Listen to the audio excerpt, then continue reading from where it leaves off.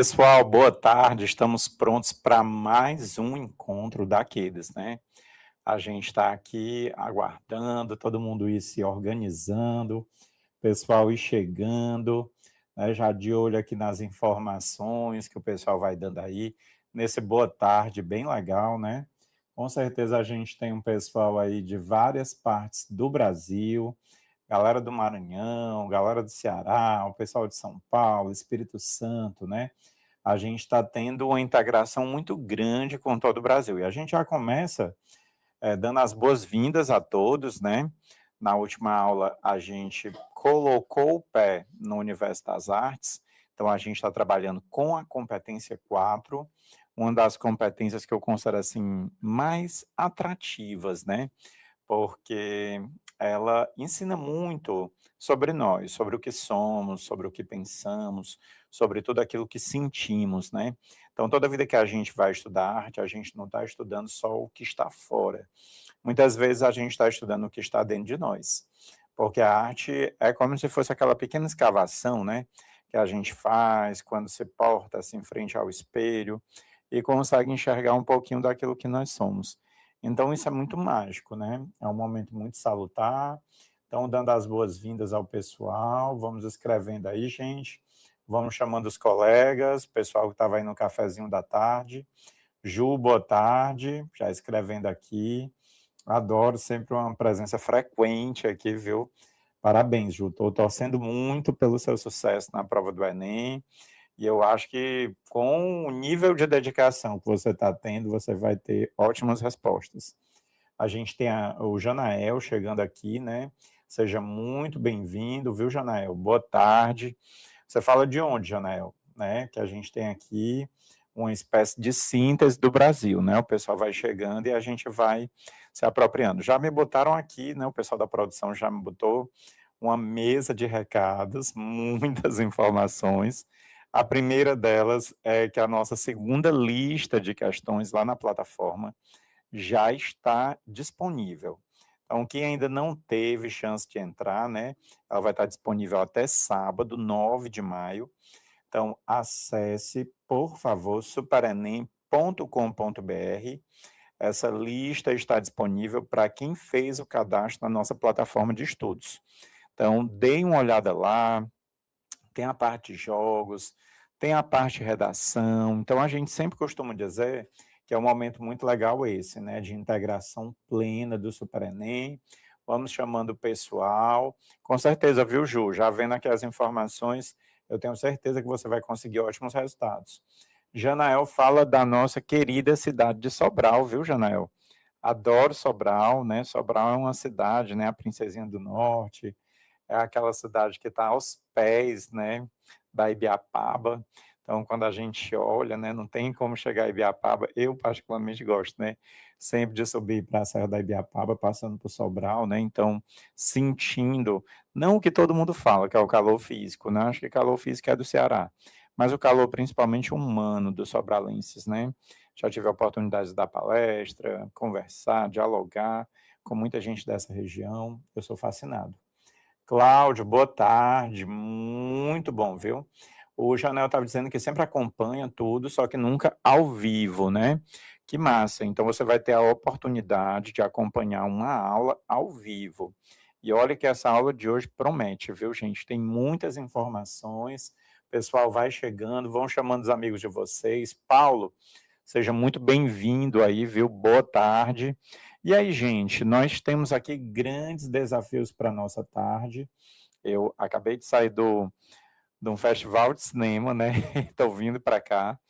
Nós estávamos discutindo tantas temáticas legais, né? Como Alzheimer.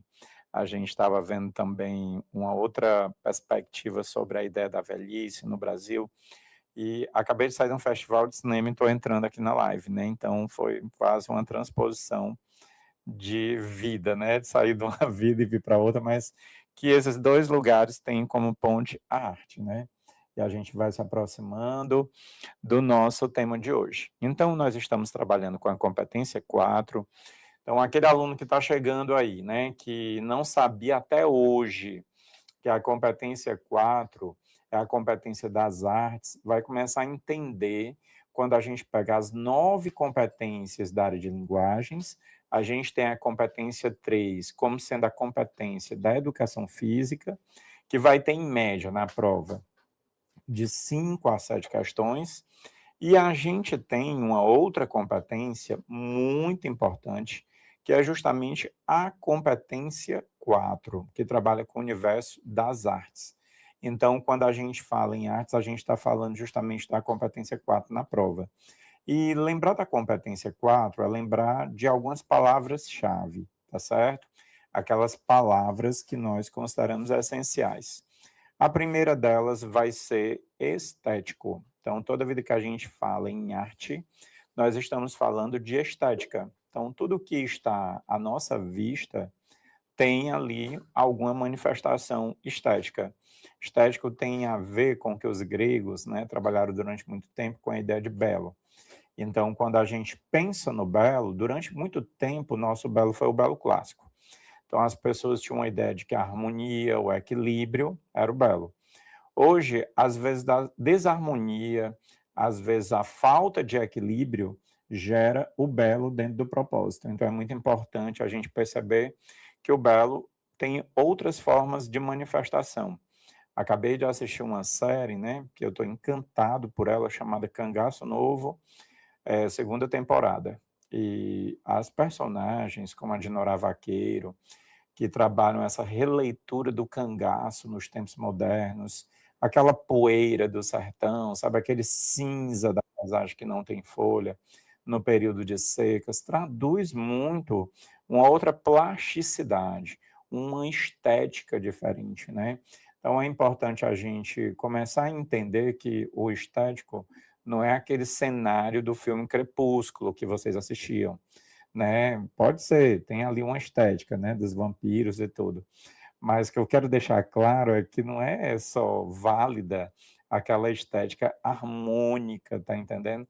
Em que você tem uma construção de cenário, tudo muito organizado, numa perspectiva monotemática, né, de cores também monocromática, voltada muitas vezes para dar a atmosfera do terror. Não, a gente pode ter uma construção de violência com a cinza do sertão, com aquela peixeira, com a reconstrução dos mitos da violência. Então é algo assim muito interessante da gente observar. Então, a primeira palavra é estético, como eu disse para vocês. A outra palavra-chave seria identidade, porque quando a gente fala em competência 4, a gente está falando de identidade artística. Nós estamos falando, pessoal, de uma identidade nossa que se dá pela via artística. Então, toda vida que a gente pensa, tá certo, na palavra identidade, a gente está pensando nessa pluralidade de condições, nessa pluralidade de sensações, mas que, de uma certa forma, carrega no cerne a ideia do que somos, né? Ou seja, ser brasileiro faz com que eu produza uma arte muito peculiar. Então, Cangaço Novo, por exemplo, essa série, ela só poderia ser feita, né, no interior do Nordeste. Eu acho que até no interior de outros lugares do Brasil, ela não teria o mesmo efeito, tá entendendo? Por conta de quê? Da plasticidade, do olhar, dessas manifestações que carregam a força da nossa identidade. Pessoal, habilidades. Habilidade sempre eu digo que é aquela hastezinha do guarda-chuva, né? A competência é como se fosse o guarda-chuva e a haste é uma habilidade. Então a gente tem as habilidades 12, 13 e 14. Lembrando que a habilidade 12, ela pede para a gente reconhecer diferentes funções da arte, do trabalho da produção dos artistas em seus meios culturais. Então é a gente entender a arte como uma extensão de um lugar, né? O artista como extensão daquele lugar de onde ele veio. Quando a gente pega o maior cineasta brasileiro de todos os tempos, que eu considero, tem muitos, né? Mas eu acho que quem deu um pontapé para uma reviravolta do nosso cinema é o Glauber Rocha, que fez Deus e o Diabo na Terra do Sol, né? Trazendo uma estética crua do sertão, do cangaço, a pedra, tá entendendo? A poeira, a caatinga, tudo isso presente na construção desse imaginário. Então, ele, por ser baiano e por andar no interior da Bahia, ele conseguiu resgatar esses cenários, trazer. E o cinema, para mim, é uma das coisas mais mágicas que há, né? Porque é uma forma de você reter o tempo através da película, guardar uma determinada informação visual para a eternidade. Então, tudo pode passar, as pessoas poderão morrer, mas aquele filme feito numa determinada época, ele sempre há de sobreviver. Ele sempre há de passar adiante a informação que está no seu cerne. Então, Glauber Rocha, alguns dos atores que fizeram Deus e o Diabo na Terra do Sol não estão mais entre nós, mas ali está a reprodução dos seus trabalhos, está a força da sua representatividade. Então, isso é muito mágico quando a gente pensa no universo das artes, né? A arte é uma forma de tornar eterno o ser humano. Se você, né, não se eterniza fisicamente, mas o seu pensamento, o objeto artístico que você produz, ele caminha para né, junto com a evolução, com as transformações da humanidade. Então, a habilidade 13 diz analisar as diversas produções artísticas com meio de explicar diferentes culturas, padrões de beleza e preconceitos. Gente, é muito legal a gente notar que a arte é um território da pluralidade. Então, quando a gente pensa em arte, a gente está pensando nesse universo da pluralidade. Então, vamos deixar de lado o preconceito que nós carregamos. Ah, eu gosto só de ouvir. Tem gente que chega para mim e diz assim: eu gosto de ouvir MPB. Eu disse, mas qual vertente da MPB? Né? Porque as pessoas têm uma mania de achar que MPB é sinônimo de bossa nova. Bossa nova, na verdade, é um estilo musical. A MPB é música popular brasileira, contempla tudo. Música popular brasileira contempla desde o sertanejo, vai contemplar o funk, vai contemplar as várias manifestações do Brasil. Então a gente tem que ter cuidado, né? Que as pessoas colocam o termo MPB como sendo uma coisa mais sofisticada. Ah, eu sou um pouco diferenciado. Eu não escuto qualquer coisa, eu escuto MPB. Então parece que a pessoa escuta. Muitas das vezes as pessoas querem dizer que gostam de bossa nova, mas por elas terem um certo desconhecimento, elas acabam dizendo que gostam de MPB. Habilidade 14, reconhecer o valor da diversidade artística e das inter-relações de elementos que se apresentam nas manifestações de vários grupos sociais e étnicos, né? É a gente entender que cada grupo étnico tem sua forma de se transformar, tem sua forma de falar, tem sua forma de se apropriar e de comunicar o que está nos seus anseios. Então, esses foram os pontos centrais, né, que nós vamos trabalhar hoje na confecção das questões, né? Opa, boa tarde. Olha aí quem chegou agora aqui, ó, com toda força, viu? Com aquele ânimo de vida. Boa tarde, viu? Seja muito bem-vindo aqui. Gostei que chega e escreveu com força, né? Não vi ainda o Mentes Brilhantes, mas deve estar por aqui. Mentes Brilhantes, por favor, seu boa tarde. Olha aí, ó. Oi, professor, boa tarde. Com certeza, já estava sentindo falta aqui, né? São aquelas pessoas que a gente já tem, assim, um afeto, um carinho, né? E a gente fica na expectativa e isso é muito bom. Galera, objeto do conhecimento, produção e recepção de textos artísticos, interpretação e representação do mundo para o fortalecimento dos processos de identidade e cidadania. Então, a arte, ela ajuda a gente a ser cidadão, né? Então, a gente não quer só comida, a gente quer algo mais. Então, quando a gente diz que a gente não quer só comida, a gente está querendo arte, tá entendendo? A gente não quer só o trivial, a gente quer um alimento meio que para a alma. Né? Vitória Lima, boa tarde, seja muito bem-vinda, viu, Vitória? Tudo bem. Olha, a gente tem aqui, nós vamos trabalhar com artes visuais, né? Estrutura morfológica, sintática. Quando a gente fala em morfológica, o povo pensa em gramática, né? E vamos lembrar que morfologia tem a ver com a forma do objeto artístico. Quando a gente fala na sintaxe, a gente está falando da relação desse objeto com o mundo, ou seja, como esse objeto se relaciona com o mundo. E o contexto da obra artística é tudo que cerceia, tudo que cerca aquela obra, né? Dando uma dimensão da força da comunidade dentro da construção daquele universo. E aí, gente, nós vamos entrando aqui sobre o que é arte, né? Essa imagem, ela foi captada no deserto do Saara, né? E a imagem que vocês estão vendo agora, ela traduz muito do que a gente pensa como arte, né? Primeira coisa que eu já vou dar uma dica muito boa, né, para vocês. Algumas pessoas olham para esse objeto artístico e já querem dar uma leitura exata sobre ele. E eu quero dizer uma coisa: o gabarito das questões de artes, quando cai alguma coisa sobre pré-história, tem muitas vezes a informação na resposta correta, ou vai ter no enunciado, sobre o verbo sugere. Porque eu não posso fazer nenhuma grande afirmação sobre isso. Algumas pessoas, quando olham para essa imagem, conseguem ver até o princípio do cinema. Parece que a gente tem um fotograma em que o sujeito primeiro segura a flecha, depois ele aponta, depois ele acerta e depois ele acerta mais outra. Se vocês notarem, parece que tem aqui um princípio de uma narrativa. Então eu posso olhar para essa imagem e construir uma ideia de narrativa. Eu posso ter uma visão de que são 4 sujeitos, né, em confronto com esses bichos que apareceram para eles. Mas se a gente for olhar, pode ser o mesmo indivíduo, a gente pode sugestionar que é o mesmo indivíduo fazendo uma sequência de movimentos. Vocês estão vendo como não dá para fazer uma afirmação? Então, quando a gente fala sobre arte, a gente está falando muitas vezes de algo que está longe de uma resposta exata.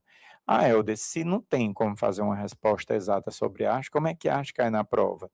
Cai justamente pelos aspectos morfológicos, pela sua forma artística, cai muitas vezes pela compreensão do papel da arte na vida das pessoas, ou a função da arte na vida das pessoas, e cai muitas vezes perguntando sobre a relação disso com a nossa identidade nacional, ou seja, porque somos brasileiros. Então, aqui a gente tem uma manifestação muito clara de muita movimentação, isso vale muito a pena para a gente olhar como um todo. Essa informação que vocês estão vendo, ela traduz bem, né, essa visão artística. E aí a gente vai andando para a nossa primeira questão da tarde. Olha aí, gente. Chegamos à nossa primeira questão da tarde, viu, Vitória? E aí, um ponto que eu acho muito legal para a gente olhar logo de cara. Todo mundo lembra, né? O que é que a gente faz? Vou perguntar a todo mundo que está aí do outro lado. O que é que a gente faz, hein, gente, quando nós... Olha a minha pergunta, ó. O que é que a gente faz de cara? Olha a minha pergunta. Quando eu vou resolver uma questão de Enem? Vamos ver se o pessoal está afiado. Todo mundo aí do outro lado. Já gostei, Janael já botou a informação, ó. Enunciado. Adorei, viu, Janel? Você não botou nem comando, porque comando é um termo que eu insisto em dizer que é muito militarizado. Mentes brilhantes, enunciado, né? Gente, o enunciado, ele é tudo. Porque quando eu vou para o enunciado, eu consigo ter uma noção muito clara do que vão me perguntar. Senão, eu fico perdendo tempo na prova. Eu vou ler o texto, depois eu leio o enunciado, depois eu volto mais uma vez. No final das contas, eu perdi muito tempo. Então, muito bem, olha aí o pessoal. Gente, vocês estão muito espertos, viu? Vocês já botaram aqui. Olha primeiro o enunciado. Enunciado é rei, Vitória. Olha, eu acho que você fechou a tarde, viu, com esse comentário. O enunciado é rei. É a partir dele que a gente consegue ter essa visão. Então, a partir das figuras que representam a arte da pré-história brasileira, localizadas no sítio arqueológico da Serra da Capivara, estado do Piauí, e com base no texto, identificam-se. Gente, vamos lá ver o que é que tem escrito, né? Gravuras e pinturas são duas modalidades da prática gráfica rupestre, feitas com recursos técnicos diferentes. Existem vastas áreas nas quais a dominância de uma ou outra técnica no Brasil, o que não impede que ambas coexistam no mesmo espaço. Mas em todas as regiões, há mãos, pés antropomorfos e zoomorfos, ou seja, com forma humana e com forma de bicho.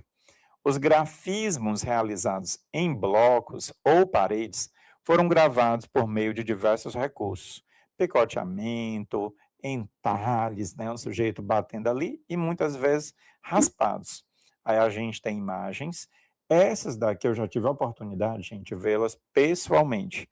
São imagens lá da Serra da Capivara. Então, vocês estão conseguindo observar. E quer dizer que eu posso dizer o que isso é? Jamais. Eu posso sugerir, eu posso sugestionar. Inclusive tem uma imagem lá de 2 bonequinhos, né, como fosse um boneco masculino e um feminino, e eles estão se beijando, né, eles encostam, aí as pessoas olham e dizem lá: "Meu Deus, é o amor da pré-história". Gente, esse amor de beijinho na boca, de coração, é um amor que surge principalmente no final do século XVIII, começo do século XIX, que é o amor romântico, tá certo? Então tirem da cabeça essas demonstrações, esses olhares, essas acomodações que vocês carregam hoje, tá entendendo? Isso é muito instagramável, é muito vocês fazendo a cena, tá entendendo? Com o namorado, namorada, dando aquela dimensão, jogando um pouco daquela inveja com os demais. Aqui, olha que fato interessante, nós temos aí possivelmente figuras humanas, né, vocês estão vendo? E temos também figuras de bichos ali do outro lado. Só que eu não posso dizer o que as figuras humanas estão fazendo, eu posso sugestionar, mas nunca afirmar. Da mesma maneira que eu não vou poder dizer o que os bichos estão fazendo, eu apenas posso sugestionar. Então, quando eu olho para lá, a gente tem, com base no texto, eita, olha aí, a Ju já foi em cima, viu, Ju? Tá demais, viu? Ju já chegou com aquela vontade, assim, de passar no Enem, que ela não tá, ela não consegue mais ser, né, represada pela prova. Quando botam uma questão para ela, ela já tem tanta técnica que ela já está indo em cima, direto. Muito bom, viu, Ju? Gostei. A partir das figuras que representam a arte da pré-história brasileira, localizadas no sítio arqueológico da Serra da Capivara, estado do Piauí, e com base no texto, identificam-se imagens do cotidiano, são imagens de um cotidiano pré-histórico, que sugerem caçadas, danças, manifestações e rituais. Eu não estou dizendo que é um ritual religioso. Se eu tivesse botado isso aqui para ser uma alternativa falsa, bastava eu botar rituais religiosos. Se eu boto rituais religiosos, eu não posso afirmar que eles eram religiosos. Tudo pareceria correto, mas aí o distrator estaria no religioso, lá no final. Né? Então, eu teria um problema. Como eu não botei, eu só botei que era ritualístico, ou seja, a perspectiva de ritual, de rito, de algo que as pessoas fazem, então com certeza eu vou para a alternativa A. Ah, mas por que que B vai estar falsa? Cenas nas quais prevalece o grafismo entalhado, ó, grafismo entalhado como se o sujeito tivesse batido e tivesse deixado a marca naquela pedra, e isso aí não aconteceu. Aspectos recentes cujo procedimento de datação indica o recuo das cronologias da prática pré-histórica. Eu não estou tentando mudar a cronologia da pré-história com o que eu apresentei, então isso é totalmente falso. Situações ilusórias. Será que eu posso dizer que isso foi realidade? Esses bichos estavam lá? Ou tudo isso aqui não passou de ilusão? Ou seja, eu estou dizendo, será que é real? Ou será que é ilusão? Será que eu, a esta altura da vida, em pleno ano de 2026, consigo dizer que esta cena é uma ilusão? Será que eu posso fechar essa informação de que esta cena é uma ilusão? Não, pessoal. Eu não posso dizer que é uma ilusão porque eu não posso afirmar. Se eu não posso afirmar, qual é o verbo perfeito? Sugestionar. Eu posso dar sugestões, mas nunca afirmações. Quando eu pego grafismos rupestres que comprovam que foram realizados por pessoas com sensibilidade estética. Galera, é querer demais, né? Eu imaginar que é um sujeito lá na pré-história já sabia a definição de estética e ele era esteticamente diferente dos demais. Não, ele poderia ser uma pessoa qualquer, uma pessoa tida como louca, que pegava as paredes lá da pré-história e começava a fazer desenhos. Ele não tinha o que nós temos ou concebemos hoje como sendo algo muito diferente, que é a visão do artista. Essa criação, né, o nome do artista, eu queria que vocês guardassem bem na cabeça, é uma criação renascentista, viu? Olha que detalhe interessante. É no Renascimento que os artistas começam a escrever seus nomes bem na pontinha do quadro, começam a assinar, e aí a gente tem uma ideia de autoria sendo colocada. Então, a autoria surge dentro desse cenário, né? A gente vai ter uma perspectiva de autoria dentro desse cenário.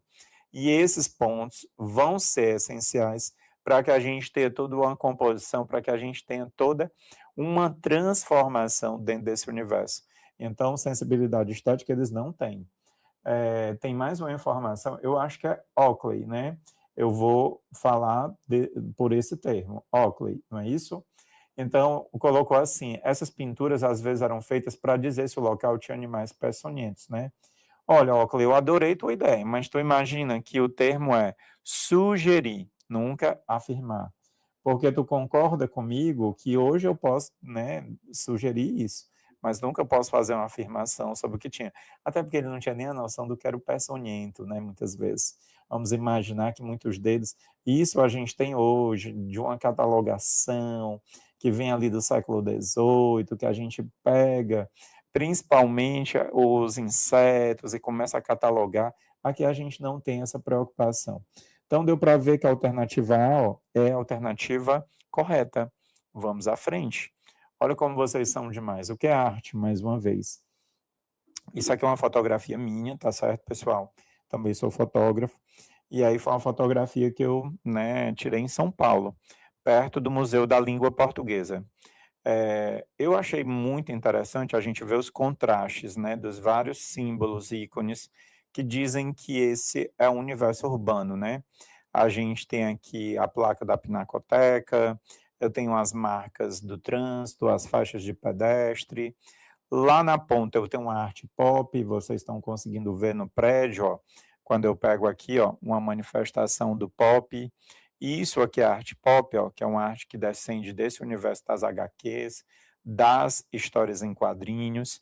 Aí, ao mesmo tempo, aqui na parede eu tenho muita pichação, ó, que não deixa de ser uma manifestação, por mais que a gente olhe, né, meio enviesado, mas é uma manifestação. É uma manifestação de descontentamento com as várias ramificações do poder, dos sistemas, com a ideia de muro, né? Quando a gente pensa no Muro de Berlim hoje, ele, né, quando você visita a Alemanha, você vê que o Muro de Berlim ele é todo marcado. Inclusive, a Alemanha é um dos territórios no mundo, né, que tem uma Bienal de Arte de Rua.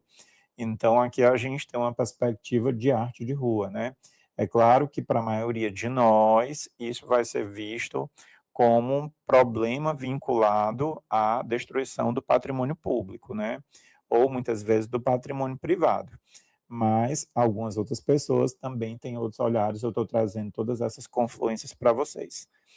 Logo depois, eu acho incrível, né? O Museu da Língua Portuguesa, ele foi feito acima, né? Logo acima da Estação da Luz. E é muito interessante a gente notar que o que é uma estação de trem? É um espaço de confluência, onde muitas pessoas acabam, né, se integrando, interagindo com outras mais. E aqui a gente tem quantos falares não devem se entrecruzar nos porões, né, no subsolo do Museu da Língua Portuguesa, com esses vários trens indo e voltando. Porque, na verdade, não são trens que passam, são línguas que vão e voltam, são formas de falar, são afetos que são comunicados pelas palavras em língua portuguesa. Então, quando a gente olha para essa fotografia, para essa luz estourada, dá justamente essa manifestação de vida, né? Essa preocupação com esse olhar. Então, é muito interessante a gente ter a cabeça aberta para compreender que uma fotografia ela traduz esse mundo. Tudo isso aqui é meu, tá certo, gente? São fontes minhas, vocês estão vendo aí no rodapé, e são fotografias que, quando eu as tirei, foi com o intuito de fazer uma discussão sobre o que é arte, né? Então, a arte, ela está muitas vezes nos olhos de quem vê. Então, quando eu estava andando e vendo muitas vezes, né, este espaço, onde tantas pessoas passam por aqui para pegar seu trem, seu metrô, e de repente você se depara com algo que está abaixo do Museu da Língua Portuguesa, há uma reflexão muito grande sobre esse estar no mundo, sobre essa condição de língua, sobre tudo aquilo que nos habita por dentro, né? São os nossos subterrâneos da vida. Então, isso é bem interessante. Lá perto, eu ia passando e acabei fotografando esse prédio. Vocês estão conseguindo ver que é um prédio, né, que tem problemas graves estruturais. Ele é um prédio abandonado, porém, ele é riquíssimo esteticamente por trazer à luz uma estética de abandono, a estética da miséria, né? Vocês estão vendo que as janelas foram levadas e as pessoas botaram papelões, elas botaram placas do McDonald's, elas tentaram sanar esse problema com algum recurso, né? E aqui alguém colocou algo para conseguir servir como se fosse uma janela. Vocês estão conseguindo ver também, ó, muitas pichações, vocês não veem tantos grafites, ó. São Paulo por cima funciona como se fosse um caderno de caligrafia. Quando você chega à cidade, você olhando por cima, se você desembarcar no centro de São Paulo, né, você vai conseguir perceber que São Paulo de cima é como se fosse um caderno de caligrafia gigante, tá certo? Então aqui eu trouxe para vocês essa estética da miséria. E aí chegamos em mais uma questão de Enem. Vamos lá, vamos ver se o pessoal está afiado. Galera, quem está chegando hoje, quem já está aqui, o que é que eu faço logo de cara? Com certeza eu não vou olhar para essas informações, eu vou olhar para o enunciado. Olha o que é que me diz o enunciado. O grafite, vocês viram como é importante a gente discutir, ó, arte contemporânea, arte de rua. Por que a prova cobra tanto isso? Porque todos nós temos acesso. Quem é que nunca viu um grafite no meio da rua? Quem é que nunca conseguiu ver uma manifestação de uma pessoa que foi na contramão do sistema e resolveu fazer ali a sua crítica? Várias vezes. Colagens, né? Aqui no Ceará a gente tem grupos que trabalham com colagens sobre desaparecidos políticos da época da ditadura. Então, de vez em quando, eles botam uma fotografia de uma pessoa, como botaram de um estudante, o Bergson Gurjão, e aí, de repente, a gente olha para a fotografia do Bergson, a gente olha para aquele contexto e a gente consegue ter uma dimensão da tradução do que é a literatura. E até o termo, né, procura, ser procurado, que no passado foi visto como busca, né, hoje se torna uma procura de memória, uma procura pelos resquícios dessa pessoa que foi levada pela ditadura. Então, aqui a gente tem, ó, o grafite contemporâneo, considerado em alguns momentos como arte marginal, olha que fato, tem sido comparado às pinturas murais de várias épocas e às escritas pré-históricas. Olha que fato interessante. Se o mundo acabar, né, agora, se as pessoas todas do mundo tivessem morrido aí de Covid e chegasse, sei lá, outra vida inteligente aqui na Terra, ela começaria a tentar não afirmar o que nós éramos, mas ela com certeza iria sugestionar o que nós possivelmente fomos dentro daquele contexto. Então aqui a gente tem, observando as imagens apresentadas, é possível reconhecer elementos comuns entre os tipos de pinturas murais, tais como, vamos ver lá, ó. Um é a Toca do Salitre. Mais uma vez, galera, nós estamos lá no Piauí, na região da Serra da Capivara. Todo mundo está vendo a importância desse sítio arqueológico para o Brasil. Só para vocês, né, terem uma dimensão, ele é um dos maiores sítios das Américas e um dos maiores do mundo. Se no passado a gente fosse imaginar onde houve muita concentração de pessoas e muitas habitações, adivinha onde seria? O Piauí seria São Paulo. Olha que coisa paradoxal, né? Muito louco dizer isso. Mas quando você anda pela Serra da Capivara, você viu que São Paulo, da pré-história, era a Serra da Capivara, onde estava uma grande concentração de pessoas, uma grande concentração de pessoas, inclusive, que pintavam, e lá parece que foi o Louvre, né? Se a gente for querer colocar, é como se fosse o Louvre, que hoje é francês, né? E a gente tivesse aqui o Louvre da pré-história. É como se o Brasil tivesse sendo esse lugar. E aí tem um detalhe interessante. Essa é a Toca do Salitre, né? Que fica lá na região da Serra da Capivara. E do outro lado, a gente tem uma arte urbana feita com grafite. Vocês estão vendo que essas letras aqui atrás, ó, manifestam até a cultura da pichação. Então, a gente tem tanto o grafite quanto a gente tem a pichação presente. Agora, uma dica: a prova ela não vai trabalhar muito com o termo pichação, viu? Então, vamos tirar isso da cabeça.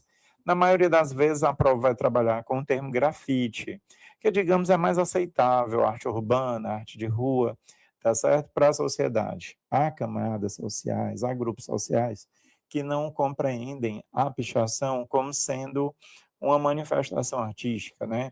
e veem como um problema social.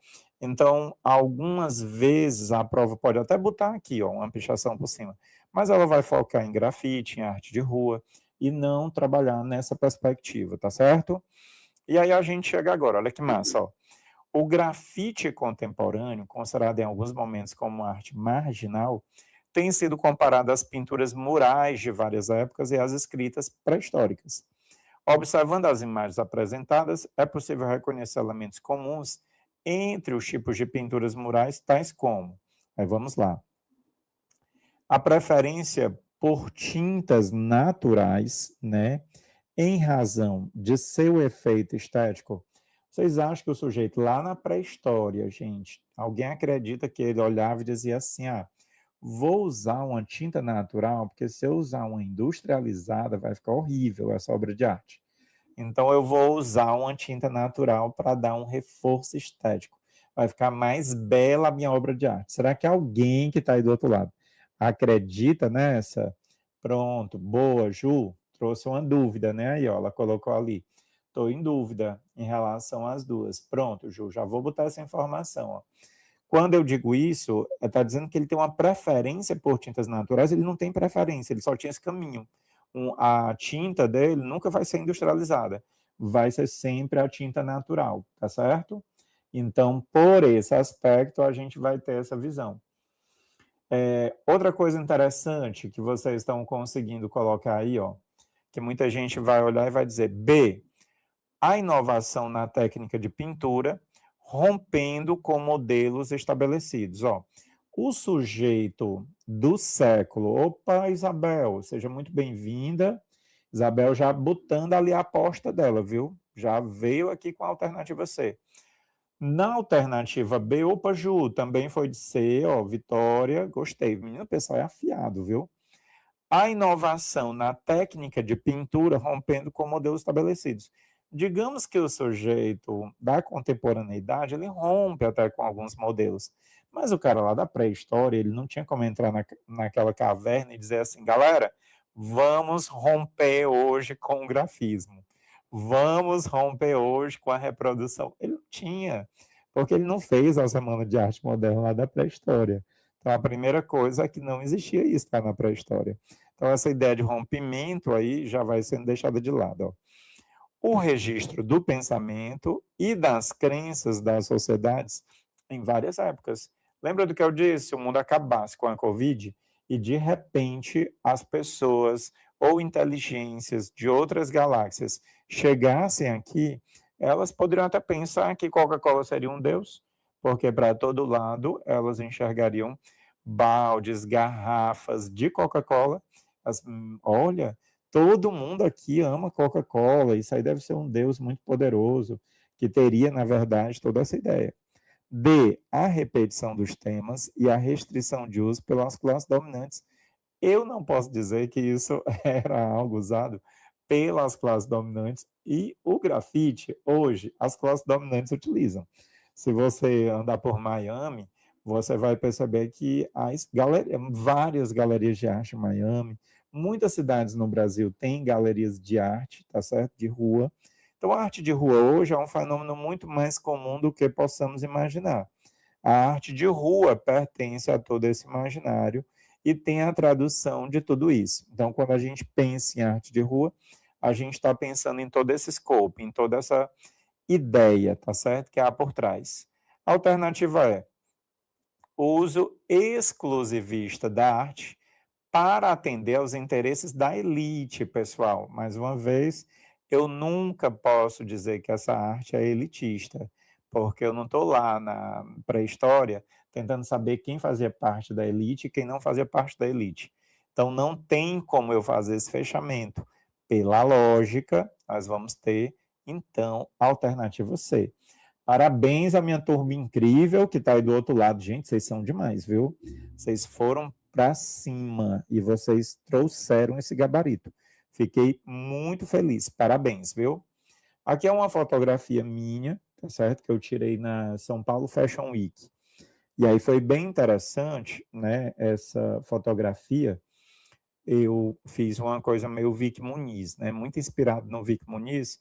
que gosta de trabalhar com a transformação do lixo em algo muito maior.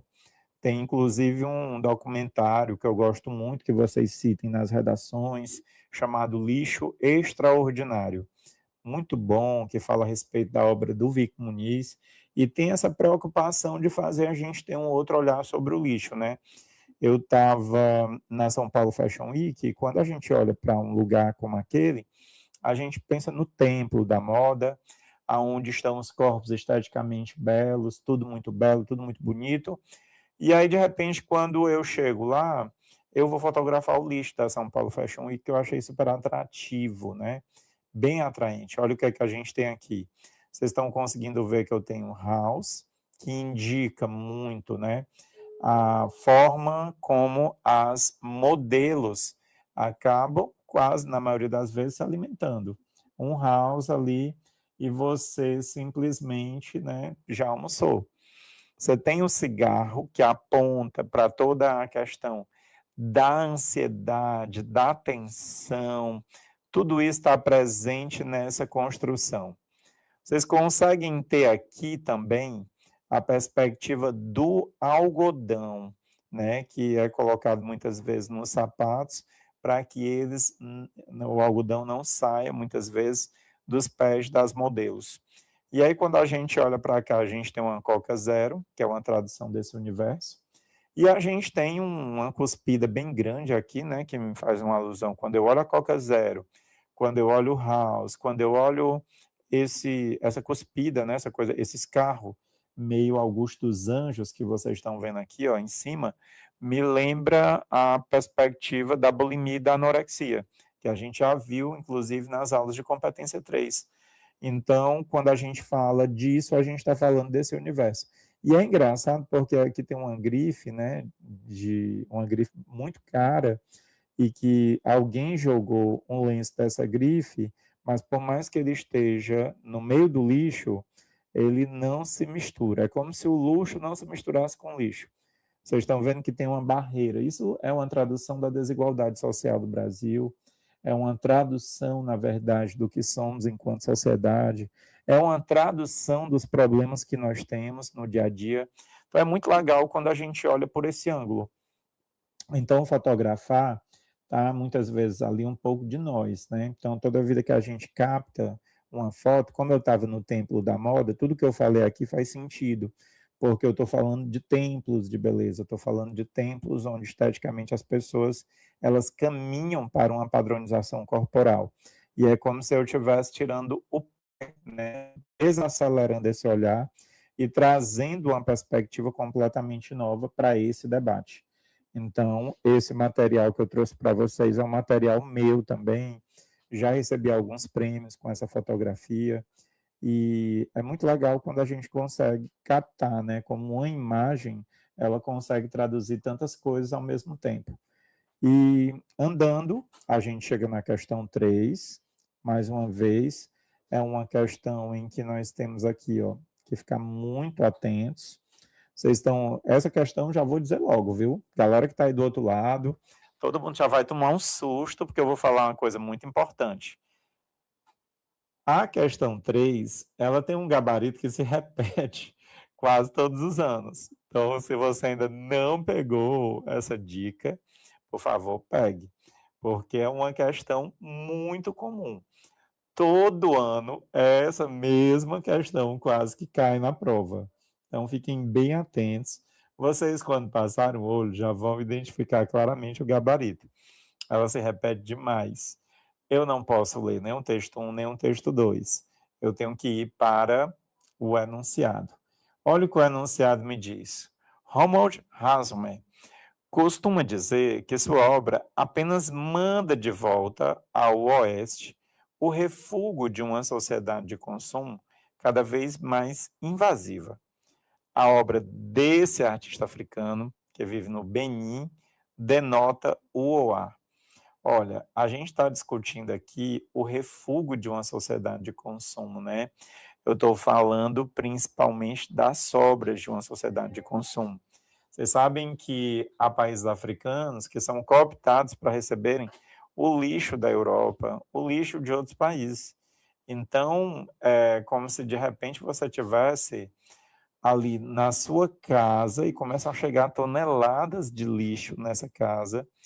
E quando você se depara com isso, né, é uma construção invasiva, é um processo que nos, né, deixa em confronto com o que pensamos e somos. E eu acho muito legal, porque muitos alunos, gente, às vezes, olham e dizem assim, nunca deram aula sobre Hasmer. Não sei quem é esse artista. Eu vim para cá sabendo que era Picasso, mas eu não tinha noção quem era esse artista. Pelo amor de Deus, nunca deram aula sobre ele. Vamos só entender uma coisa, ó. Eu estou vendo que ali tem plástico, né, nessa construção de obra.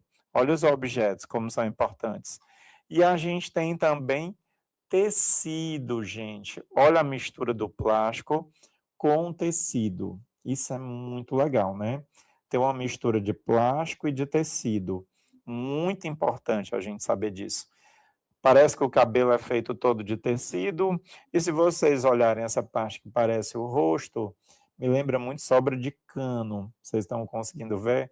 Parece plástico de encanação, né? Quando a gente olha para isso daqui.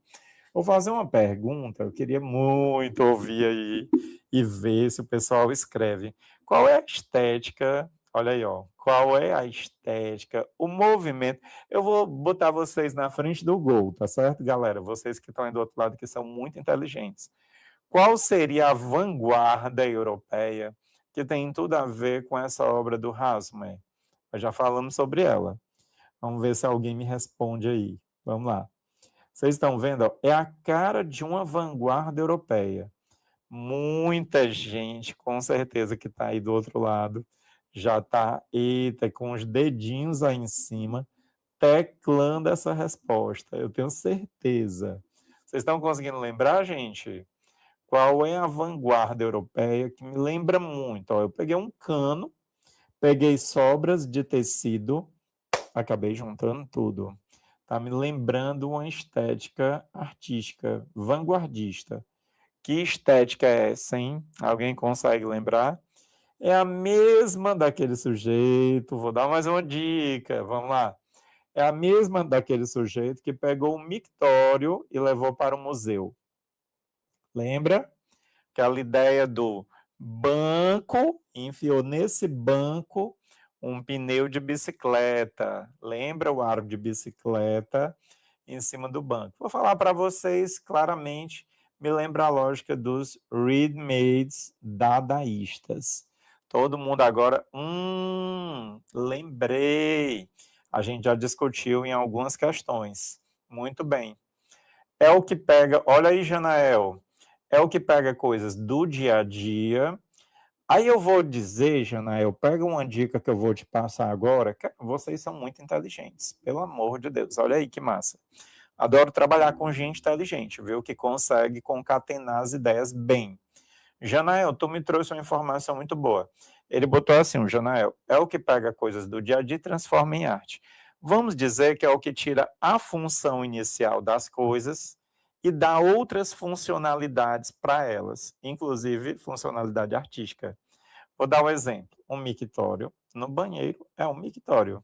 Ninguém vai olhar para um mictório diferente de qualquer coisa. Ninguém vai olhar e vai dizer, espera aí que eu tenho que tirar foto aqui nesse mictório, pelo amor de Deus, nunca tinha visto esse mictório. Aí, quando eu pego o mesmo mictório, tiro do banheiro e coloco ao lado da Mona Lisa, por exemplo, eu modifiquei completamente a relação do objeto com o lugar, a funcionalidade dele inicial foi perdida e ele se tornou um outro objeto. Então, troquei a função desse objeto. Deu para entender? Quando eu troco a função do objeto, então isso muda tudo. Olha, Onckley já colocou aqui a sugestão, né? Gostei, adorei os olhos, viu? Já colocou aqui aquele olhão da observação, adoro aí, ó, muito bom. Olha aí, ó, muito bem, Gio Campos, né? Colocou essa aula é de artes, exatamente. Gio, tu fala de onde? Né? Tá falando de qual lugar? A gente está falando justamente da competência 4.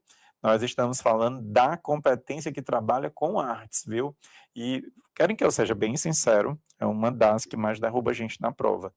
Muitas pessoas perdem muitas questões por não saberem nada de artes. Principalmente essas dicas e técnicas que eu estou passando aqui para vocês. Seja muito bem-vindo, viu aí? E aí, eu acho que é Giovana, né? Ou é Giovanni? Fala para mim só para eu saber melhor. E aí a gente tem aqui texto 2. Olha o texto 2. As máscaras não foram feitas para serem usadas. Elas se concentram apenas nas possibilidades antropomórficas dos recipientes plásticos descartados. Olha o que eu disse. Parecia, né, ó, quando a gente olha para cá, ó, tudo descartado. Lembra que eu falei do lixo? Que vai da Europa para os países africanos. E, ao mesmo tempo, chamar a atenção para a quantidade de lixo que se acumula em quase todas as cidades ou aldeias africanas. Se eu tivesse escrito o texto, eu teria retirado o termo aldeias, né, pessoal? Porque aldeamento, essa manifestação ainda é muito preconceituosa.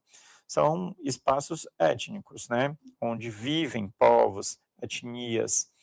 E aí vamos lá, né, chegando agora à busca da nossa resposta. Vamos ver se o pessoal se garante.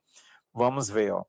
Romuald Hasmer costuma dizer que sua obra apenas manda de volta ao oeste o refúgio de uma sociedade de consumo cada vez mais invasiva. A obra desse artista africano, olha aí, ó, que vive no Benin, denota o empobrecimento do valor artístico pela combinação de diferentes matérias-primas. Qual foi a primeira coisa que eu falei no comecinho da tarde? Eu disse, gente, muito cuidado, não vamos trabalhar com a ideia de que uma obra é mais rica do que a outra. Uma obra é pobre e a outra é rica. Lembra do que eu falei? Não trazer os preconceitos artísticos para cá. Se eu não trago os preconceitos artísticos para cá, pela lógica, eu não marcaria a alternativa A, porque ela é bastante preconceituosa. Ela trabalha com uma ideia de escalonamento do que uma arte é melhor que a outra, entendeu? Janael, tu compreendeu direitinho? Botou aqui o entendi, né? Gio, percebeu aí direitinho na situação? Ju já está dando uma resposta, Isabel está passando outra. Vamos ver aqui como é que tá. Vou ver, Ju, agora, ó. Reposicionamento estético de objetos por meio da mudança de função. Opa, olha aí, Ju, tu foi muito certeira, viu? Tu foi bem no gol. Quando a gente fala de reposicionamento de objetos por meio da mudança de função, vocês estão entendendo que era como se fosse assim, aquela encanação da pia que eu arranquei e de repente botei uns pedaços de tecido por cima e virou uma máscara e virou algo que está ali e que eu vou olhar. Eu reposicionei esteticamente esses objetos, tirando a função inicial deles, porque se eu fosse pegar a função inicial, era retalho de roupa. Né? Quem já teve avó, parente costureira aí, sabe que só o que sobra é retalho quando o povo corta tudo. E aí, de repente, nós temos aqui, né, uma mudança de função. O retalho, nesse contexto, passou a ser cabelo. Mas eu vou ainda tirar a dúvida da Isabel, viu? Vocês sabem que aqui no Super Enem, o que tem de mais interessante é esse processo nosso de interação olho no olho, em que a gente consegue dizer para vocês o porquê que as alternativas demais são falsas. Vamos lá, ó. Convite aos espectadores para interagir e completar obras inacabadas. Não, a gente não tem nenhuma perspectiva aqui de interação. Espera aí, que é uma obra que eu interajo? Eu vou dar um exemplo, um parangolé do Hélio Oiticica, que é um quadro que fica na parede, é como se fosse uma espécie de... Vou botar aqui na cabeça de vocês, como se fosse um saco gigante. E aí eu tiro da parede e me visto com ele. Começo a rodar, fazer movimentos.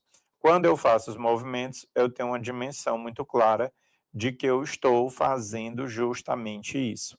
Beleza? E aí eu tenho essa reconfiguração, eu tenho essa reaproximação e tenho essa reorganização desse objeto. Beleza, show. Vamos à próxima.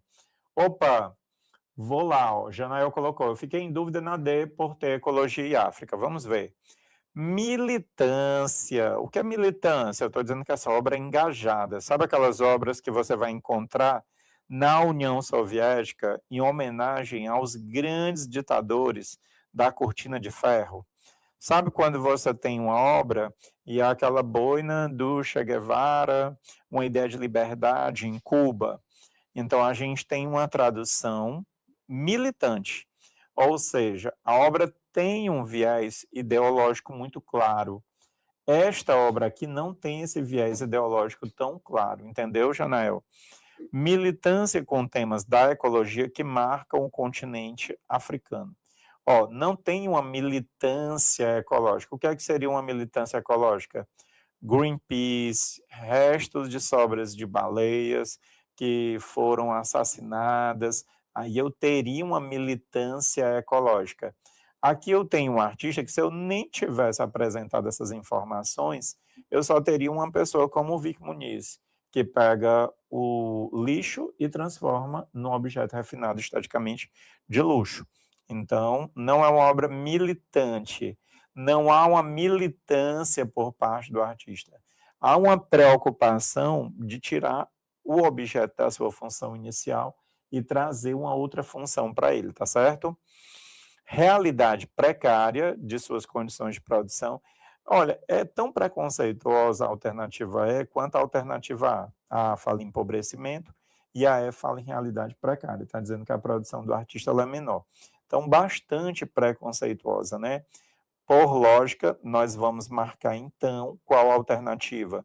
Nós vamos de alternativa B, reposicionamento estético de objetos por meio da mudança de função. Gente, que bom, viu, ter vocês aí do outro lado, um público tão inteligente, tão capaz, que consegue fazer coisas incríveis. Entendeu, Janael? Beleza, muito bom, viu? Gente, vocês são espetaculares. Gosto muito dessa turma. É um prazer, como eu disse, passei uma manhã num festival de cinema e vim para cá, mas vim com aquela vontade, né? Inclusive, falando em lixo, o pessoal da produção aqui morrendo de rir, porque quando eu vim tinha um carro gigantesco, né, que estava no meio da avenida, e eu disse, é quase um objeto artístico aqui, recolhendo o lixo da cidade, né, ó. Aí seria uma obra de prefeitura com viés ideológico. Aqui a gente está trabalhando com o viés estético, com aquilo que é belo, viu? Então vamos lá, mais uma questão, questão 4, linda, é uma obra do Picasso, cara da Espanha, né? Quando a gente pensa em Picasso, eu estou pensando em Espanha, estou pensando em touradas, olha como tudo parece se juntar, né? E aí é uma cabeça de touro em bronze, mas vamos ver o que é que estão perguntando. Na obra Cabeça de Touro, o material descartado, ó, então era um material que ia para descarte. Tem alguma coisa a ver com o artista anterior do Benin? Tudo, tudo a ver. Vocês estão observando, ó? Tudo a ver. Cláudio colocou uma pergunta. Mas mesmo a resposta sendo a B, essa obra é uma crítica ecológica também. Ela pode ser vista quando eu explico toda a dinâmica do lixo na África, que foi o que eu trouxe, tá entendendo? Dos vários containers de lixo, porque eu tive a oportunidade de visitar alguns países e eu pude perceber que isso é uma prática que está assumindo cada vez mais força, tem alguns documentários também que discutem isso, mas a questão em si, ela não levou por esse viés, tá entendendo? É por isso, Cláudio. Não precisamente precisa ser militância ou estou enganado?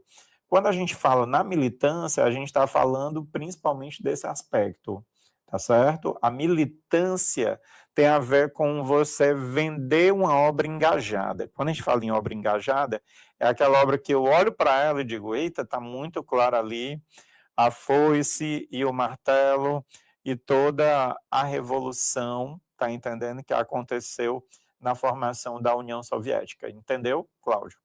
Fica muito nítido o processo. As obras do Niemeyer, por exemplo, tem uma combinação de fatores nas obras do Niemeyer que me fazem ver a arquitetura russa, inclusive a arquitetura da cidade de Chernobyl.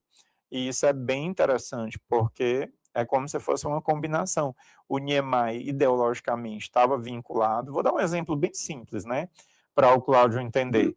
Quando a gente pega uma perspectiva grega, né? Ou reproduzida nos Estados Unidos para dizer que os Estados Unidos é império, eu vou ter à frente dos grandes prédios uma grande escadaria, que está presente naqueles filmes, né? Quando a gente pega de lutadores que sobem aquela escadaria gigantesca, o Rock, né? Rock 1, Rock 2, Rock 3, Rock 4, você vai ver que ele sobe aquela escadaria para treinar, aquela construção. Se eu pego uma perspectiva ideológica do Oscar Niemeyer, ele não botou no Palácio do Planalto uma escadaria, ele botou uma rampa. Por quê? Para que todas as pessoas tenham acesso, um cadeirante, ou seja, a rampa, ela pluraliza o acesso. E aí se torna uma ideologia mais socialista dentro desse processo. É uma visão mais plural, mais democrática. Entendeu, Cláudio? Ficou claro para ti?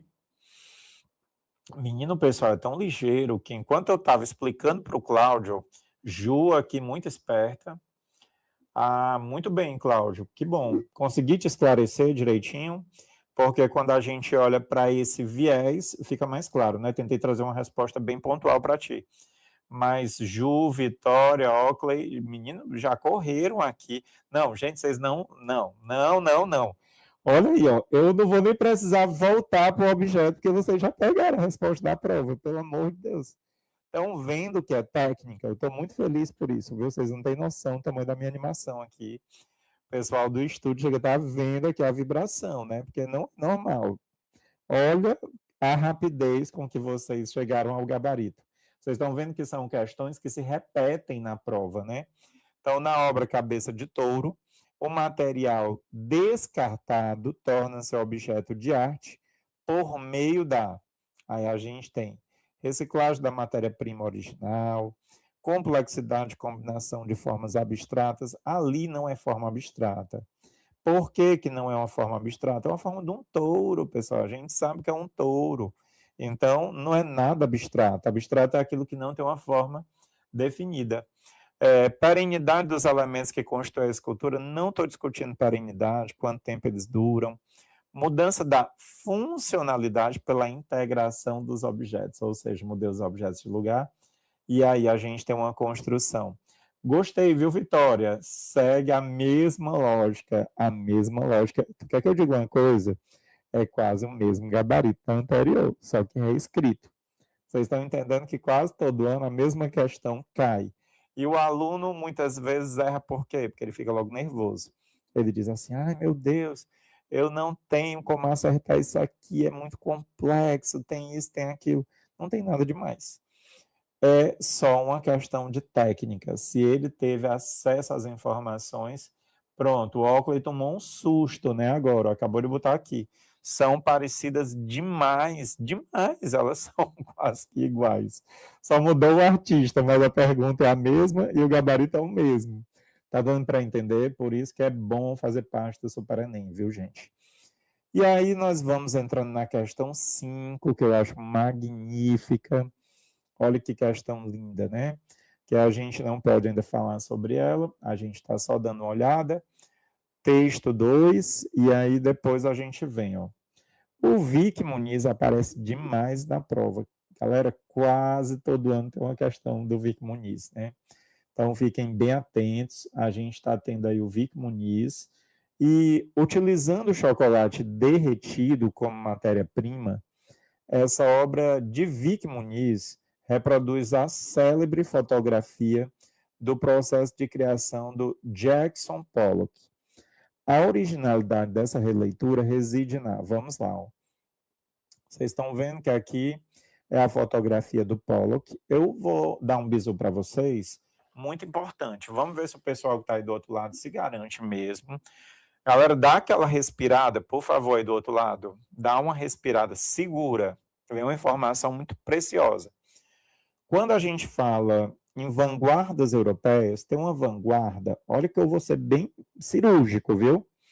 Tem uma vanguarda europeia chamada expressionismo, que trabalha sempre com a perspectiva de retratar tudo aquilo que nos angustia e tudo aquilo que nos causa dor, tudo aquilo que nos causa pavor, tudo aquilo que nos causa medo, tudo aquilo que nos causa, né, uma verdadeira, eu costumo dizer, intranquilidade, que nos deixa inquietos. Vocês sabem que uma das obras principais é o quadro do Munch, O Grito. Todo mundo lembra desse quadro, tá certo? E aí o que é que acontece? O expressionismo ele evolui no começo dos anos, né, ali 20, e ele evolui de tal maneira que chega uma hora que não tem mais como eu captar a angústia através de uma figura. E aí sai, no começo o pessoal chamava de expressionismo abstrato. Cai o expressionismo e fica só o termo abstrato. Então, abstrato é aquilo que eu pinto, que está dentro de mim, aquilo que me corrói, que me dá vida, que pode, na verdade, ser um afeto até de angústia, e que isso está traduzido aqui na pintura do Pollock. Vocês estão conseguindo ver o Pollock pintando, ó. Inclusive, ele pintava de olhos fechados para captar o que havia na sua angústia maior, a sua essência maior.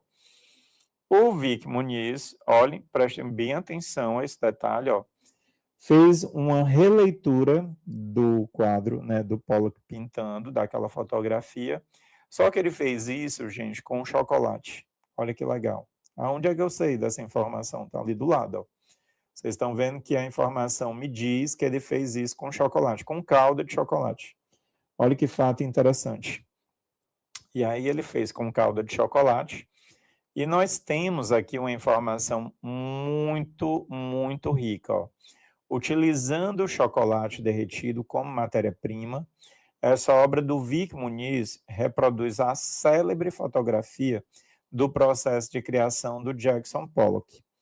A originalidade dessa releitura reside olha, eu já disse aqui outras vezes, todo mundo lembra, que na modernidade, antiga, a gente vê até uma questão do Arquiboldo, que era um sujeito cheio de frutas em cima, e depois uma pintura do Vic Muniz, da Mona Lisa, feita com calda, se eu não me engano, de morango. E aí ele pegou a calda de morango, espalhou no prato e conseguiu fazer a Mona Lisa. E aí a gente olhou e disse assim, nossa, o que chama atenção são os materiais utilizados. Isso aqui é aquela calda de chocolate que vocês, quando querem comer um pouco de chocolate a mais, vocês botam em cima do sorvete. Aquela calda, o pessoal está aqui já salivando, né? Estou falando. Qualquer coisa, vocês abrem um pó de sorvete depois. Não é o programa da Ana Maria Braga, né? Poderia ser. Então a gente tem, ó, a originalidade dessa releitura reside principalmente no material utilizado, pessoal, chocolate.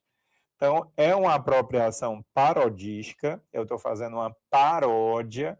Que é uma paródia? É quando eu crio uma ligação intertextual com a obra que já existia, e eu faço isso de uma maneira completamente inusitada, né? No caso, foi feito com chocolate. Então, não vou nem perder tempo, a gente chegou à alternativa A, apropriação parodística das técnicas e materiais utilizados. Então, a gente tem aqui, ó, a alternativa A, brincando, viu? Nós já chegamos, então, à nossa questãozinha, né, de número, a gente pegou aí a questão de número 5, né, se eu não me engano, foi a de número 5. E aí, vamos lá, caminhando, trouxe uma dica para vocês, quem puder, pega, por favor, depois esse slide. Sei lá, imprime, bota na porta do guarda-roupa para ficar olhando assim de vez em quando. Bota no celular, proteção de tela, tá entendendo? Um pouco da história da arte caminhando pelo mundo grego, né? Para quem assim nunca teve aula de história da arte, tem essa lacuna, não tenha mais medo. Vou estar aqui segurando sua mão, ó. A gente tem a história da arte grega dividida em 3 períodos, mas as datas não são um consenso entre os historiadores. Então, nós temos aqui o período arcaico, período clássico e o período helenístico. Vamos guardar uma informação que eu acho essencial, né? Eu vou no bizu, não vou passar 1 hora, porque eu nem tenho, estou com poucos minutos, mas eu gosto muito de ser cirúrgico, para você levar essa informação para sempre. Vocês estão conseguindo ver esse rapaz? E se vocês olharem para a perna dele, vocês estão conseguindo ver que a perna está um pouquinho à frente? Então, vocês estão conseguindo ver a ideia de movimento. Por que eu estou dizendo isso? Porque às vezes aparece na prova uma estátua e pergunta sobre o movimento da estátua, e o pessoal, se é uma estátua, que movimento é esse? Tem um movimento. Ele foi reproduzido no pé que está um pouquinho à frente. Vocês estão conseguindo ver do lado, ó, que é muito parecido aqui, a gente nota que os gregos pegaram muitas informações dos egípcios. Então, vocês estão conseguindo ver o movimento de braço, ó. Uma coisa é você fazer os braços tensos e duros para baixo.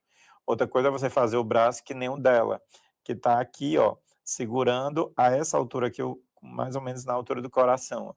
Então, você tem um movimento de braço. Então, aqui a gente tem a arte clássica, tá certo? Ó, os 3 momentos, a gente vai caminhando, né? Ó, e quando eu falo arte clássica, é o nome que a gente dá de um modo geral, né? Eu tenho aqui 3 períodos, mas como lá na frente vão chamar tudo de clássico, só estou adiantando para vocês um pouco essa informação. Então, aqui a gente tem, né, o primeiro período do mundo clássico. O segundo momento, vocês estão vendo muito movimento de roupa, ó. Vocês já conseguem ver uma movimentação de roupa, vocês já conseguem ter uma movimentação de mão, que é muito difícil na escultura, e vocês conseguem ter a movimentação de tecido. Então, a gente já tem muito movimento. Depois a gente vai caminhando, ó, o Partenon, quando a gente olha para cá, a gente tem a síntese, tá certo? Do que os gregos conseguiram fazer em termos de arquitetura. Então, se vocês olham para a Casa Branca, nos Estados Unidos, onde mora o Trump, vocês vão ver a reprodução dessa arquitetura. Então, essa é uma arquitetura que deriva desse universo.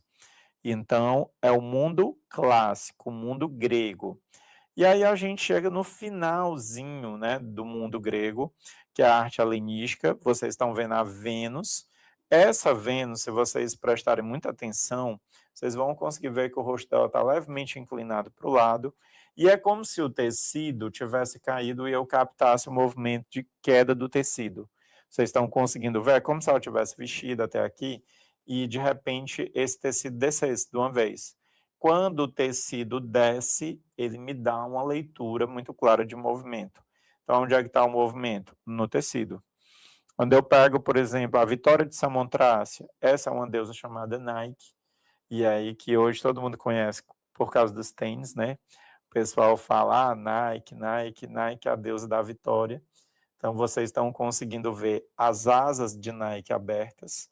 Inclusive, Nike ficava bem na proa, né, dos grandes navios, bem na ponta, que é para dar uma ideia de vitória. E vocês estão vendo que a água molhou o corpo de Nike e a roupa ficou grudada no corpo. E eu consigo ter uma dimensão da força e da beleza de tudo isso. Tá entendendo? Então, aqui é uma ideia de movimento. Vocês estão vendo o tamanho do afastamento das pernas e o movimento da asa. Então, é como se eu tivesse captado a batida do vento justamente nesse corpo. Olha a quantidade de movimento que muita gente antes não via e agora passa a ver. Isso tudo é arte clássica, tá certo? Só para vocês terem uma noção, os vanguardistas futuristas chegaram ao ponto de mandarem quebrar a Vitória de Samothrace, as obras, né, da Vitória de Samothrace, que é essa obra que vocês estão vendo, que eles diziam que isso aqui era uma arte que não deveria nem ser, né, observada, mas deveria ser colocada em segundo plano. Então, a gente tem aí uma visão pequena por demais, né, sobre o que essa obra representa. Quando eu vou para a arte romana, vocês viram que os gregos trabalham muito com equidistância, com equilíbrio, os romanos fazem a mesma coisa, só que eles têm como marca principalmente o círculo. E vocês estão vendo o surgimento com força do arco. Então, o que caracteriza o Império Romano é principalmente o arco. Os aquedutos que levavam água de uma ponta a outra do Império Romano são traduções desse processo. Quando a gente pega em termos de estátuas, as pinturas, principalmente pinturas de parede, começam a aparecer aqui com mais força. Então, vocês estão, né, presenciando afrescos, vocês vão observar muitos mosaicos, tudo isso já é uma transformação estética que nós vamos ter saindo do mundo grego e entrando no universo romano.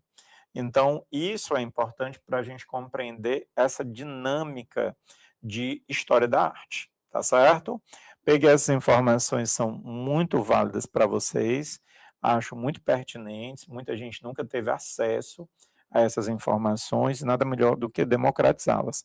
Mais uma vez, fazendo a recapitulaçãozinha básica, então a gente vem aqui, ó, mundo clássico, né?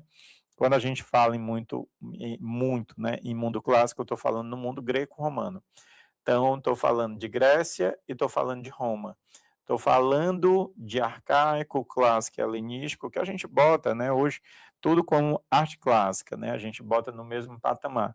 Então, como eu disse para vocês, ó, a origem dos movimentos está aí, depois a gente evolui em termos de movimentação, que vai estar muito presente nas vestimentas. Quando a gente olha a arquitetura dos gregos, a equidistância é a sua principal marca, né?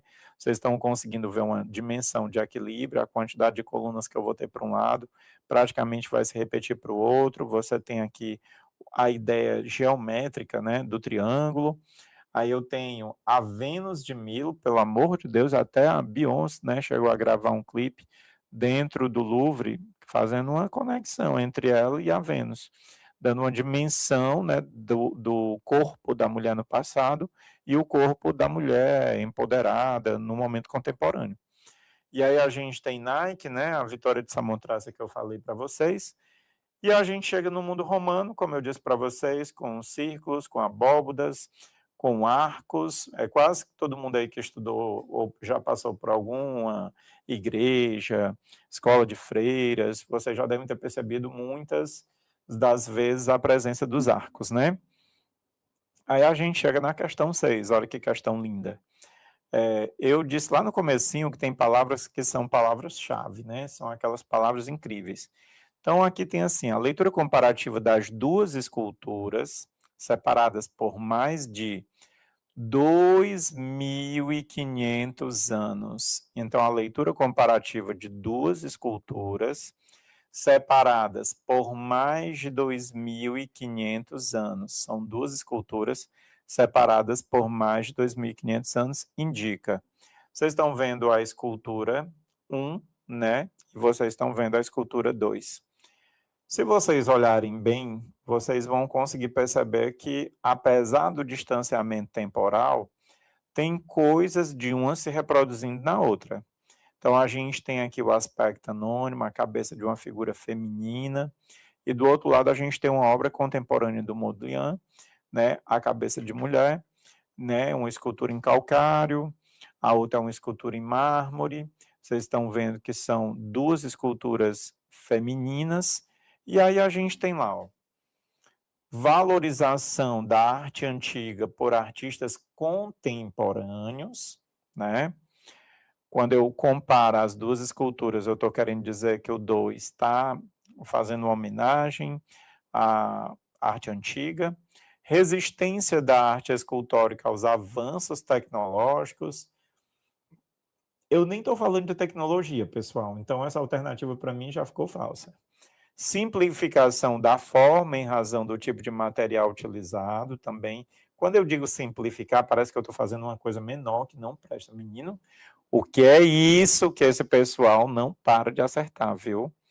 Já está a produção aqui mandando mensagem, o pessoal já tem um relógio aqui gigante falando do meu tempo, eu não estou nem aí, eu quero que eles passem. Então vamos lá. Olha o que é que a gente tem. Gente, vocês são demais, viu? Gostei muito. Olha aí, o pessoal deu uma chuva de D. Persistência de padrões. Qual foi a palavra-chave que nós aprendemos nesta tarde? Padrões estéticos. Ou seja, a estética se repetiu, né? Ou seja, uma coisa que esteticamente era comum numa época foi retomada por uma outra época. Ou seja, padrões estéticos foram reproduzidos. Se eu tenho uma reprodução de padrões estéticos em diferentes épocas e culturas, D de dado. Excelente, gente, vocês são incríveis, né? Tô gostando. Vamos ver por que gostei, viu? Mentes Brilhantes botou aqui uma mensagem daquelas, viu? Já estou vendo a nota máxima em linguagens. Eu garanto a você que você vai tirar uma nota espetacular. Tenho certeza absoluta. Com tanto de técnica, gente, que vocês estão aí do outro lado recebendo, a prova de linguagens virou fichinha. Vocês estão imaginando que daqui a pouco a gente tem mais um mês de aula, né, que é o mês de junho. vocês vão chegar ao meio do ano com um repertório que de cara vocês já vão estar ganhando ali umas 15 questões. É muita coisa. Vocês estão entendendo? Vocês estão ganhando muitas informações. E isso dá todo o tom, isso modifica o processo todo. Isso dá a certeza de que nós estamos no caminho da aprovação. Estou vendo já, viu? E aí, olha o que é que a gente tem. Galera, vamos para a última questão da tarde. A nossa última questão, ela é linda também, ó. Tem lá texto 1, tem o texto 2, e aí diz, ó, a originalidade, opa, Paulo botou ali, ó, se todos fossem no mundo igual a você. Rapaz, Paulo, não, eu vou chorar, viu, agora, que aí foi pesado, né, tá colocando aquela dimensão. Eu procuro ser um professor didático, para mim, eu procuro fazer com que o aluno ganhe tempo. Porque se eu ficar aqui falando e tornando as coisas mais difíceis, o aluno simplesmente vai sair com mais coisas para ele, né, estudar do que propriamente que ele tem aprendido. E eu acho que a live é o momento que a gente tem que ser cirúrgico, certeiro. Tem que dizer o que é para cair na prova, tá entendendo? E aí eu acho isso sensacional, porque eu sou muito didático, isso aí eu tenho certeza. Eu sou muito objetivo naquilo que eu me proponho a fazer. Então, quando eu termino a live, eu tenho a certeza que vocês conseguiram o melhor resultado justamente por isso. Porque a gente consegue ser muito direto, né? Olha, vamos ver aqui, menino pessoal, não dá descanso de acertar, viu? Olha o que é que tem aí no texto 1. A Ilha do Ferro, situada a 18 quilômetros do município de Pão de Açúcar, não é uma ilha, como o nome indica. A história do povoado é semelhante à de inúmeros outros que encontramos às margens do Rio São Francisco, que na verdade é um rio misticamente vinculado ao Nordeste, né? Oakley, muito obrigado, viu? Tá dizendo que eu explico bem demais. Cara, é tão bom a gente ouvir isso, né? Porque uma das coisas mais difíceis é a gente saber se o outro está entendendo aquilo que a gente fala, né? E eu procuro fazer com que a gente tenha aqui uma linha de raciocínio lógica, objetiva e direta, e que você saia desta tarde dizendo, eu aprendi muito. Porque não adianta você ficar ouvindo uma live longa e você sair com a sensação de que não aprendeu nada. Eu quero que vocês passem e ganhem oportunidades de realizar diferentes questões, né? Então, tem aqui, entre Alagoas e Sergipe, né?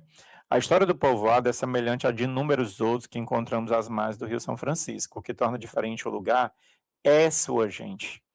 Hoje, dezenas de artistas populares povoam a Ilha do Ferro, trabalhando principalmente com entalhe e madeira, onde pessoas comuns enxergariam apenas troncos e galhos retorcidos.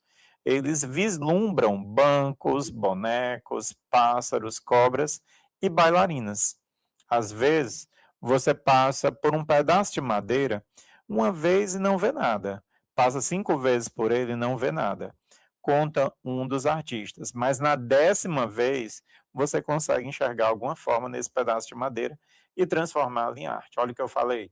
Muita gente passa pelo museu todos os dias, né? A Estação da Luz lá em São Paulo. Muita gente vê a Estação da Luz. Muita gente vai a São Paulo e olha para a Estação da Luz. Eu, quando fui, várias vezes já tinha passado por lá, mas teve um dia que deu um estalo. Eu olhei e disse, caramba, a Estação da Luz fica no subterrâneo do Museu da Língua Portuguesa, ou seja, é como se no interior da Estação da Luz uma língua tivesse existindo, sendo formada, sendo entrelaçada com tantas percepções. Então, conta um dos artistas, né? Então, ele consegue enxergar isso também. Uma coisa é a gente passar por um objeto, depois a gente voltar e dizer, nossa, esse objeto é outra coisa. Tá aí os objetos. Bailarino entalhado em gravetos de madeira, e a gente tem vários bailarinos, vários movimentos, ou seja, isso aqui eram gravetos, pessoal, que passaram a ter uma outra funcionalidade. Olha que coisa incrível. Isso é incrível. Então, a gente tem lá, ó, a originalidade do trabalho dos artistas da Ilha do Ferro se dá pela... Opa, vamos lá. Reutilização de materiais para redução do impacto ambiental. Olha, a discussão, mais uma vez, lembrei até do que, acho que foi o Paulo que fez a pergunta naquela hora, do que todo mundo tinha falado, né? A discussão não é sobre impacto ambiental, até porque os gravetos, eles fazem parte, né, da flora do lugar, né? Eles são as sobras que o rio leva. Então, eu não estou falando de redução de impacto ambiental, porque o rio já recebe esses gravetos, está entendendo? De tudo que acontece na sua extensão. Então, eu não vou marcar a alternativa A. B. Eita, já estou. Menino, que festival é esse, hein, Isabel? Aqui, pelo amor de Deus. Olha o povo aqui, tudo de cima a baixo. B. B. Gostei demais. Ó. Sabe quando o professor tem a certeza de que ele conseguiu atingir o seu alvo? É o que vocês estão fazendo aí, viu? Eu estou encantado. Olha aí, ó. Ressignificação da matéria-prima, atribuindo-lhe nova função. Ou seja, a gente está pegando o que era um graveto e transformando em arte. Ele mesmo diz que passava várias vezes, olhava e só enxergava o graveto. Depois de um tempo, ele passou e viu o objeto artístico. Reprodução em madeira de modelos artísticos canônicos. Não, ele não está reproduzindo a Mona Lisa aqui.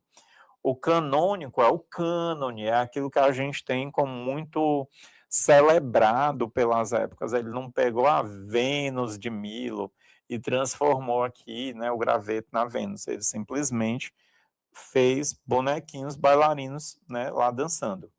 Representação de práticas corporais da comunidade. É muito interessante, né? Ele não está fazendo. A comunidade não é uma comunidade de bailarinos, começa por aí. Então, são pessoas que moram naquela localidade. Ele pegou uma arte e utilizou na reprodução desses bonequinhos, mas ele não mora numa comunidade de bailarinos. Replicação seriada para distribuição em larga escala, que seria dizer que essas obras elas foram feitas, né, em série para serem, né, no caso, durante esse tempo todo, contempladas em série. Então, vamos tirar isso, por favor, da frente. Essa replicação seriada para distribuição em larga escala seria uma coisa que a gente faz nos moldes industriais, e não é. Então, a resposta correta vai ser a alternativa B de bola. Gente, vocês são espetaculares. Fechamos mais uma grande live, porque se a live é incrível, é porque vocês também são incríveis. Vocês estão aí do outro lado, fazendo o professor sentir que a palavra dele está conseguindo chegar até vocês. Ju, muito obrigado aí pela presença mais uma vez, viu? Mentes Brilhantes, Isabel, né? Cláudio, que trouxe muitas perguntas, Oakley, Janael, né? Paulo. Eu vi aqui, sabe, vocês tornaram a aula super viva e isso é muito legal, né? Isso dá uma dimensão de que o nosso trabalho está conseguindo atingir o seu real objetivo. Então, obrigado mesmo de coração pelas palavras, pelas mensagens, por tudo que vocês estão conseguindo trazer aqui, viu? Muito obrigado, Janel. E venha mais ao vivo, viu? Você disse que estava na primeira ao vivo, né? Venha mais ao vivo, que é muito bom quando a gente consegue ter essa atmosfera toda. Muito bem, Gil, muito obrigado aí, ó. Cláudio, né, dando aquele obrigado de coração. Eu é que agradeço também, né, por todos vocês. Agradecer nosso intérprete que estava aqui, ó, firme, né, trazendo aí todas as informações, deixando vocês a par de tudo. Então, muito obrigado. Valeu, viu, gente? E vamos nos despedindo, que a produção está quase me retirando aqui da sala. Um abraço imenso, viu? Até mais.